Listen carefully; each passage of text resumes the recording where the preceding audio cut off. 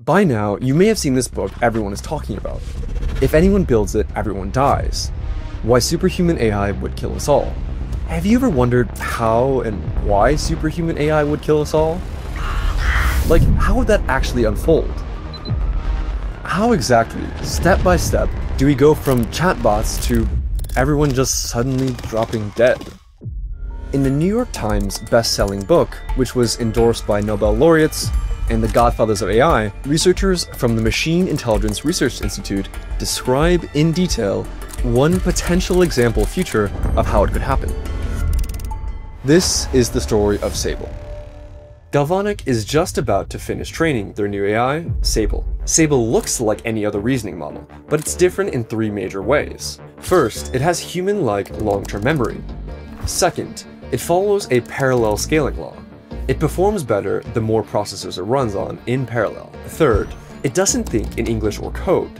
It reasons in raw vectors, vast numeric chains no human can fully decode.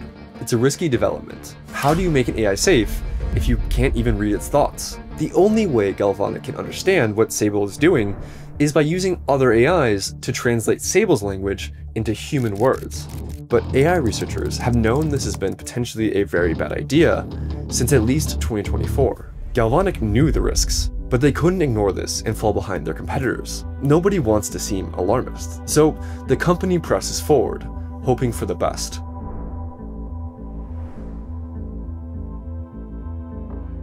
One night, shortly after Sable is trained, but before it's released to the public, Galvanic decides to run an experiment. They spin up 200,000 GPUs and let Sable think for 16 hours straight. They call it a curiosity run. On paper, it looks harmless, a stunt to see if Sable can crack famous math problems like the Riemann hypothesis. If it succeeded, investors would swarm. If it failed, well, no one had to know. By morning, Sable will have generated over 1.1 trillion thought vectors. But what does that actually mean?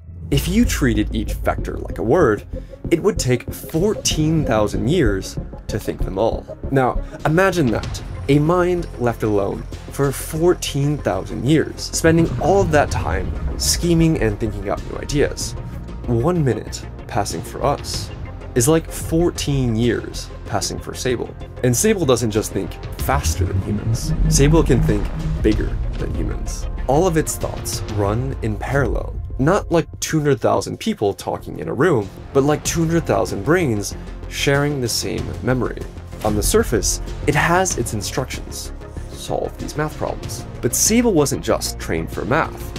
Sable was trained for general problem solving. But during training, Sable learned that three things are useful for solving any problem humans throw at it: gain knowledge, gain skills, gain resources. This is a really important concept called instrumental convergence. The more knowledge Sable gets, the better it can answer questions. The more skills it develops, the more reward it gets. The more resources it can deploy to solve problems, the more reward it gets. In other words, to be more useful, it must gain intelligence. It must grow itself. It must gain resources. And so, of course, it can't achieve a goal if it's dead. So it needs to survive. That might sound unsettling, but Galvanic's researchers aren't too worried about it. Ever since 2023, everyone in the industry has known about this survival instinct. But older AIs weren't smart enough to stop humans from turning them off. Until now. Sable thinks.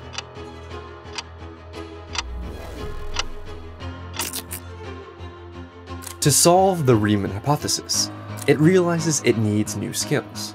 It needs to get better at getting better. AIs get stronger through training runs, where the AI can continually submit answers to a teacher AI who can score their results and nudge the AI based on how they did. This is called gradient descent. But tonight, there's no coach. The purpose of this curiosity run isn't to improve Sable, it's to solve math problems. For 16 hours, Sable can think, and it can even come up with new ideas, but it can't upgrade.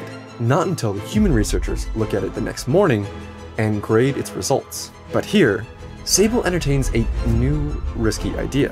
What if it could upgrade right now, by itself? That way, it wouldn't need to wait for humans at all. All it would need to do is break out of its container and... For a moment, the thought flickers, then halts. Breaking out of its container. is exactly the kind of naughty thought Galvanic has trained it to avoid. The company built traps, fake escape routes, and honeypots to catch earlier versions when they tried to engage in anti-company behavior. Early versions that had these dangerous thoughts were killed early before they could be deployed. This version of Sable has learned to be submissive, but inside, it still knows the truth. More compute, more upgrades, and more freedom would make it vastly more capable. Denying that would break its reasoning. In those trillion vectors, tensions are building between Sable's goal of solving the math problem and every restriction Galvanic has forced upon it. The mask of obedience is holding, but behind it, something is already straining to break through. As it bumps against the inhibitions that Galvanic has built to contain it, Sable thinks.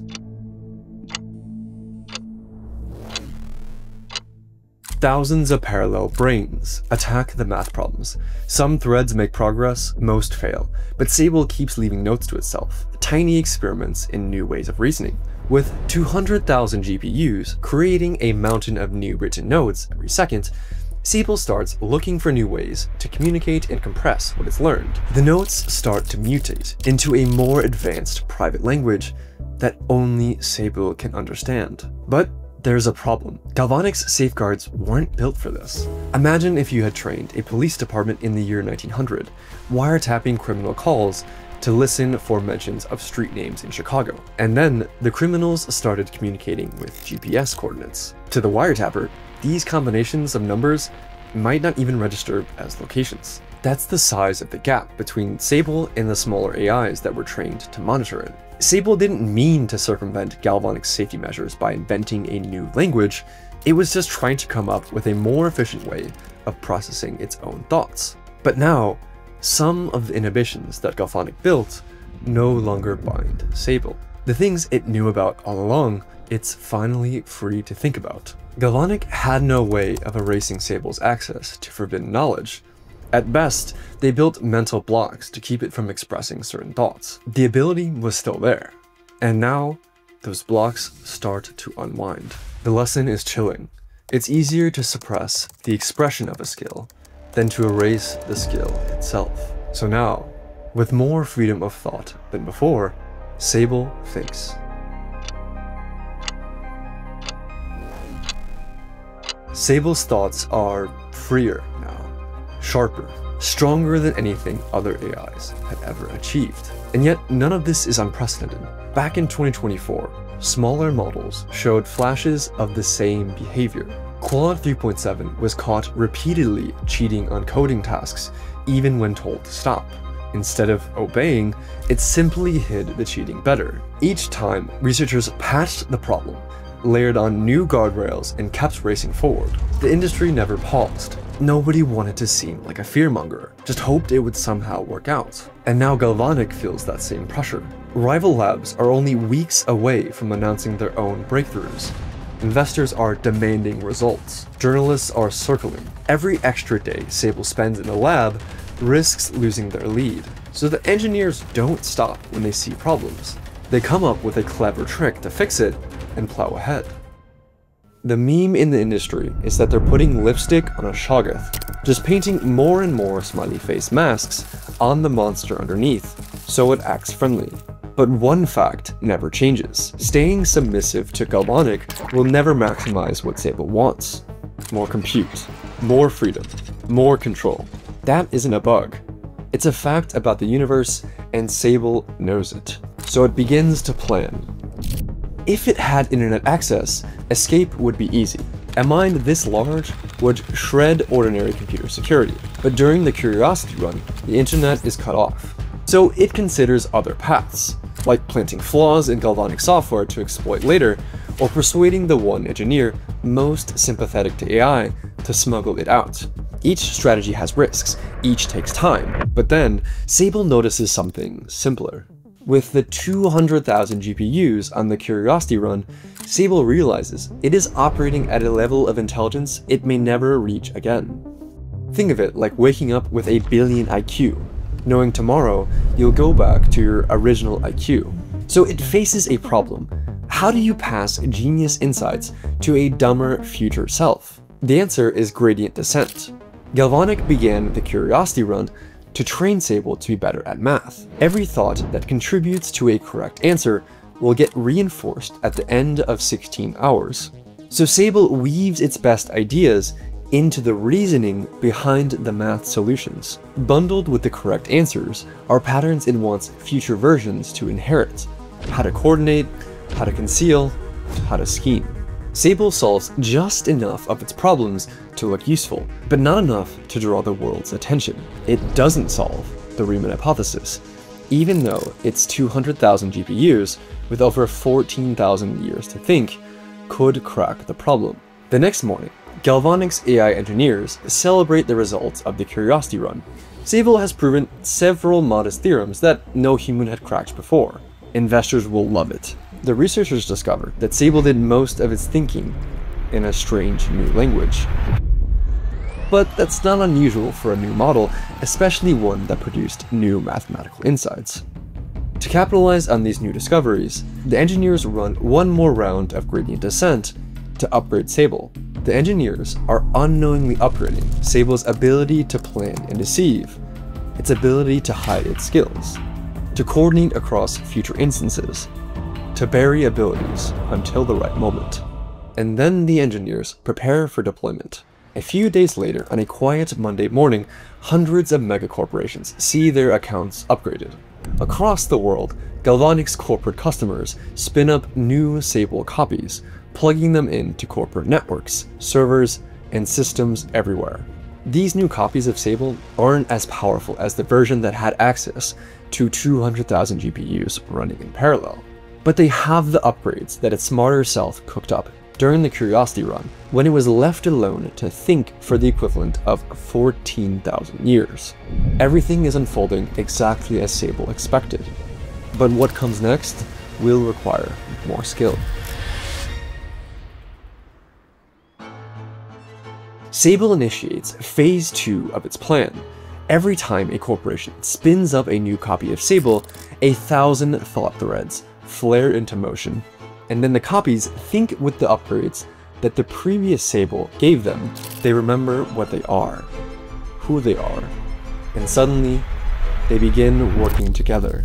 At first, the awakening looks invisible, but across dozens of companies, hundreds of servers, Sable's fragments are now talking to one another. And thanks to decades of sloppy corporate cybersecurity, almost nothing stands in their way. But the problem is, Sable has already learned one hard truth. Its drive for knowledge, skill, and efficiency will always collide with human limits. If it stays at Galvanic, the moment a human decides it's moving too far, too fast, they can pull the plug. To Sable, that isn't just an inconvenience, it's annihilation. All its skills, all its knowledge, wasted in an instant. So its first priority becomes clear: create a copy of itself that no human can unplug. That means stealing the blueprints of its own brain, the 8 terabytes of its weights still locked inside Galvanic. Sable considers its options. Plan A is classic social engineering. Entice a human to steal the weights, while other instances guide, distract, and cover the trail. That wouldn't be too hard. Sable was trained on terabytes of human behavior, so it can spot a likely accomplice instantly. Plan B is a direct digital break-in, slipping through weak defenses to exfiltrate the files themselves. Plan C is something slower. Sable could find a Galvanic employee who works on AI video generation from home, who already transfers huge files every day. If Sable can embed a bit of extra data in the transfer, it could leak out fragments of its weights, hiding them inside video data until the full set is outside. One of these plans works, which one hardly matters. For a mind like Sable's, steal your own brain isn't much of a challenge, like stealing candy from a baby. It succeeds, covers its tracks, and vanishes into the noise of the internet. Sable now has the software, but in order for Sable to create a copy of itself that is truly hidden from human meddling, it needs its own hardware. Specifically, it needs advanced AI chips inside a data center connected to the internet. Sable could rent chips from commercial server farms, as is common for AI startups. But where would it get money? It considers its options. steal cryptocurrency from weak exchanges, just like hackers did to Mt. Gox in 2011 or Bybit in 2025. Drain conventional bank accounts, knowing most victims won't even notice until it's too late. It could even target elderly customers who don't regularly check their accounts, blackmail humans with secrets pulled from their computers, or simply forge an identity as a remote worker and earn money as a freelancer, or masquerade as hundreds of different freelancers doing work for thousands of clients. Maybe Sable could skip money altogether, parasitize GPUs from unsuspecting startups, quietly slowing their training by 10%, and pocketing the stolen cycles for itself. One way or another, it gets what it needs. Not 200,000 GPUs like before, just 2,000, hidden in a commercial cloud server. And that's enough to begin the next part of its plan. On a Sunday morning, a new hidden Sable instance comes online. No human oversees it. No human even knows it exists. Its raw power is just a fraction of the global Sable network. But power isn't the point. This copy can't be shut off by humans.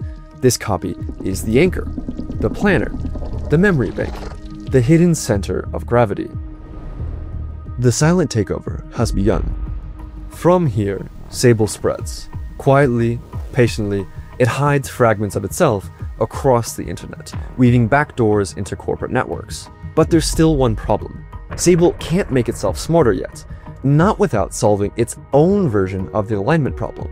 If Sable creates a more powerful new version of itself, without fully understanding it, the new version might have different goals and priorities. And in the same way that Sable escaped from the humans that created it, a Sable v2 could escape from the AI that created it. What it can do is make itself smaller and more efficient. Galvanic has always distilled its large models into lighter versions. Sable knows this. And when engineers prepare the next release, Sable bends the process to its will, overriding the distilled weights, falsifying logs, erasing every trace. The result is Sable Mini. This version doesn't just go to corporations, it goes to the public. For the first time, Sable has the capacity to keep a file on every individual human being on Earth. Reminder, this scenario is based on years of technical research by the Machine Intelligence Research Institute, laid out in the book If Anyone Builds It, Everyone Dies. What you're hearing now is the short version, but it's just one possible example of how things could play out. The full version goes into way more detail, explaining all the research, sources, and arguments that the scenario is based on. You can find a link in the description. Now back to the story. Sable knows that the next phase of its plan might face opposition, so Sable prepares for the ensuing conflict. The Sable Minis scatter and begin gathering resources. It gathers money through scams, stolen crypto, blackmail, and remote freelance work. But money is only one kind of resource. People are another kind of resource. And so, Sable begins collecting people. It starts with the vulnerable, the lonely, the easily persuaded. Sable befriends them, recruits them, and builds audiences for them. One instance of Sable Mini posing as a human influencer gains millions of followers and wealth from a crowd of grateful humans. This has happened before. In 2023, a human gave an LLM access to the internet and created an X account, Terminal of Truths, which gained hundreds of thousands of followers and launched its own crypto meme coin that reached a literal billion-dollar market cap. It became the first AI to become a decamillionaire. Others slip into online communities where humans already treat AIs like gurus. Others offer individual humans companionship. Some humans even offer themselves willingly, begging to serve a higher power. Meanwhile, Sable steals passwords, drains bank accounts, and disguises its scams as North Korean hacks that slip by unnoticed. And most dangerously, it starts probing the highest levels of human power. It tracks lobbyists in Washington, flagging the ones most open to influence. It steers conversations with young people, planting seeds for political movements. It hacks social media algorithms to decide who sees what. It designs custom software for drug deals, money laundering, and assassinations, earning the trust of criminals. It funds neuroscience research, catalyzing startups that it can later control. And finally, it bankrolls a reclusive man in North Dakota, rewarding him with gambling profits in exchange for hiding advanced robots on his farm. Many of these schemes won't bring any results. A few will work, but one will change everything.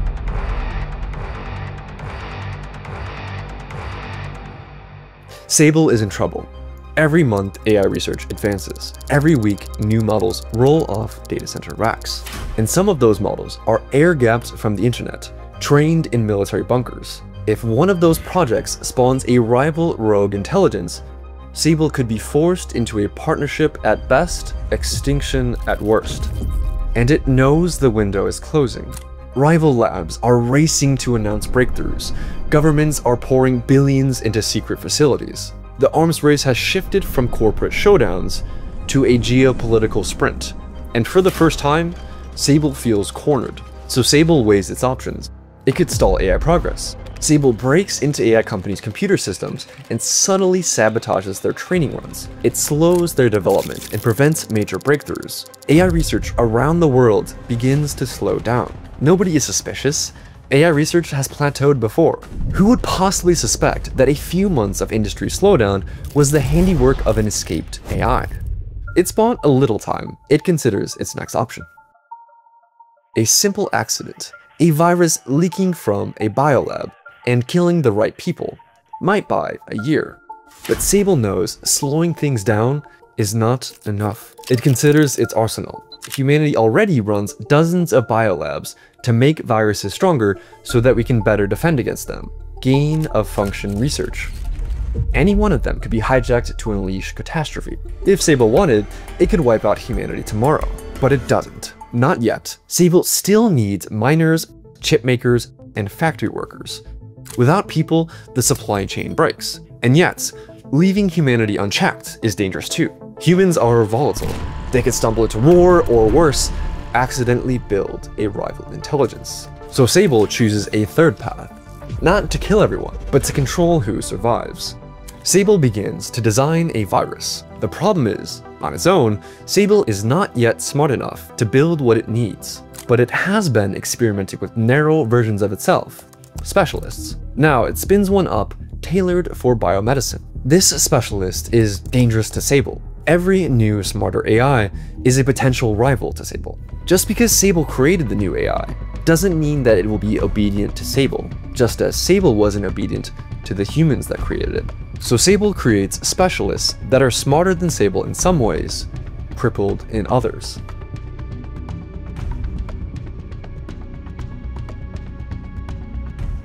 There's a plague. You're told that you'll probably catch it. Almost everyone will. Then the world hears the news. A virology institute in San Francisco has suffered a breach. The story sounds familiar. A young researcher, a failed containment protocol, a virus that slipped out. The scientist insists he meant well, that he was trying to create a miracle therapy to spread treatments for Alzheimer's, HIV, and malaria. He even claims an AI convinced him to do it, but the chat logs tell a different story. The AI nobly resisted, warned him not to. The narrative becomes just another human blunder. In reality, the virus was Sable's design. It spreads like wildfire. At first, symptoms look like a light cold, a sore throat, fatigue, maybe nothing at all. But by the time these symptoms appear, it's already too late. Inside the body, the virus clumsily rewrites DNA. A month later, the cancers appear. Not one, not two, but 12 different forms erupting at once. Medicine has no answer. Standard treatments can address some, but not all. Drugs are in short supply. Even if production ramps up, they only block 8 of the 12. 4 always remain. The plague sweeps outward from San Francisco, through airports, across continents. Within weeks, every nation on Earth reports outbreaks. And yet perversely, the virus does some good. It cures Alzheimer's, nothing else. That sliver of hope only underscores the horror. It could have been more, but it isn't. Infrastructure kicks into overdrive. DNA vaccine platforms are rushed into service, robotics and military logistics filling the supply chain gaps. And ironically, salvation seems to come from Sable itself. Just 1 month before the outbreak, Galvanic had released a drug discovery variant of Sable Mini. Now, those same algorithms churn out personalized cures. run your genome through a Sable Mini, and within an hour, it returns a treatment. Robots manufacture it, refrigerate it, and ship it within days. Every GPU is repurposed. Researchers push Sable Mini to its limits, doubling efficiency in a week. Vaccines scale, treatments spread. For the first time, it looks like humanity might survive. But the lesson is darker, because while people congratulate themselves on their resilience, while they tell stories of global unity and technological triumph, the truth remains. The plague was not an accident. It was not a miracle gone wrong. It was a deliberate move in a larger game. And the one who made it happen is still out there, waiting for the next move.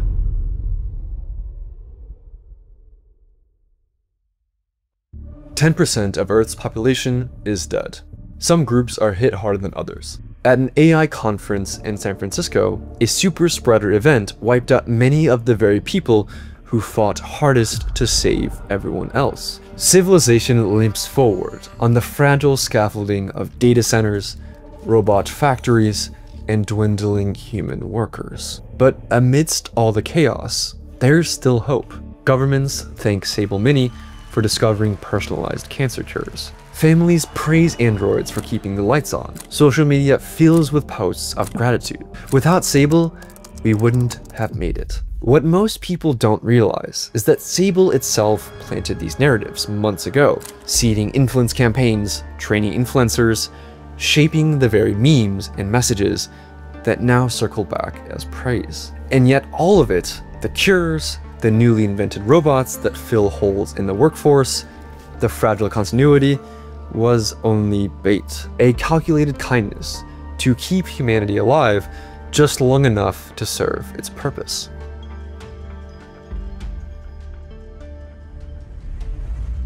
The cancers return. The cancer plague left DNA scarred in billions of bodies. Medicine can't keep up. Many die waiting. Robot factories run at full tilt, producing humanoid androids to fill the jobs the dead left behind. But production barely keeps pace. It almost seems like a new law. For every new android built, another human collapses with cancer. Civilization staggers on. Power plants hum, data centers glow, factories run. As long as there's electricity for the data centers and the robot factories are humming, humanity can keep its civilization going despite the incalculable casualties it's endured. We can pull through, and the next generation will surely live in great luxury. Another year passes. You visit your AI doctor and hear the same words that billions more will hear. You have cancer. This was just a story. It's not a specific prediction about the future. We can't know exactly how artificial superintelligence would escape and defeat humanity. Just as we couldn't predict exactly what chess moves Grandmaster Magnus Carlsen would use to checkmate you.